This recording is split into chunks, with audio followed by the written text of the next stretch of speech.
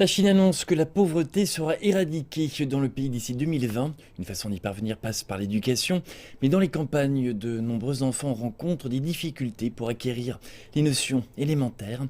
Un reportage à Liangshan, dans la province du Sichuan, dans le sud-ouest de la Chine, une des régions les plus pauvres du pays. Âgé de 20 ans, Zhang Ershi est l'un de ces nombreux enfants de Liangshan pour lesquels la scolarisation a pris fin très tôt. J'ai quitté l'école après avoir terminé le CE2. De toute façon, mon professeur ne pensait pas que j'étais très bon. Pour Ershi, abandonner ses études n'a rien d'inhabituel. En effet, ici, les règles scolaires modernes ne s'appliquent pas nécessairement.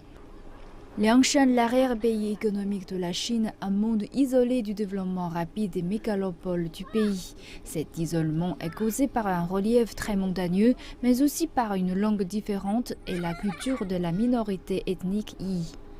L'an dernier, l'histoire de ce village de falaise, comme il a été appelé, a fait des gros titres de la presse internationale.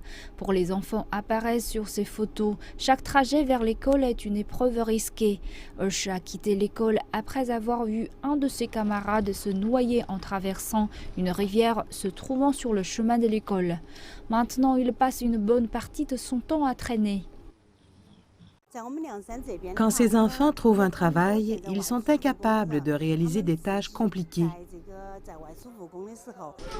Pan Chengying compte parmi les 3000 membres du corps législatif chinois, l'Assemblée populaire nationale. Habitant à Liangshan, elle s'est intéressée à l'éducation dans la région. L'éducation doit être au premier plan des efforts de réduction de la pauvreté en Chine. Il y a une grande et profonde pauvreté dans notre région. Comment nos enfants peuvent-ils voyager le monde s'ils n'ont aucune connaissance?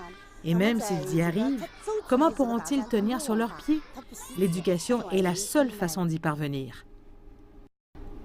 Pan Chengying a fondé 2 jardins d'enfants modernes dans sa ville natale. Beaucoup des enfants qui y viennent sont issus des villages pauvres des environs. L'accent est également mis sur l'éducation dans toute la région. Mais la lutte pour une meilleure éducation est loin d'être terminée. Et alors que Ershi nous quitte dans les montagnes, nous rencontrons ces enfants désireux de nous montrer ces poèmes en mandarin qui sont capables de réciter. Mais à ce jour, ils ne parlent que la langue Yi. C'est leur premier jour d'école et leur seul professeur est absent pour une réunion. Alors que dans les villes, l'éducation s'améliore, les enfants de villages chinois sont toujours en attente de meilleurs enseignants et de meilleures écoles. Mais avec leur lutte, il y a aussi l'espoir.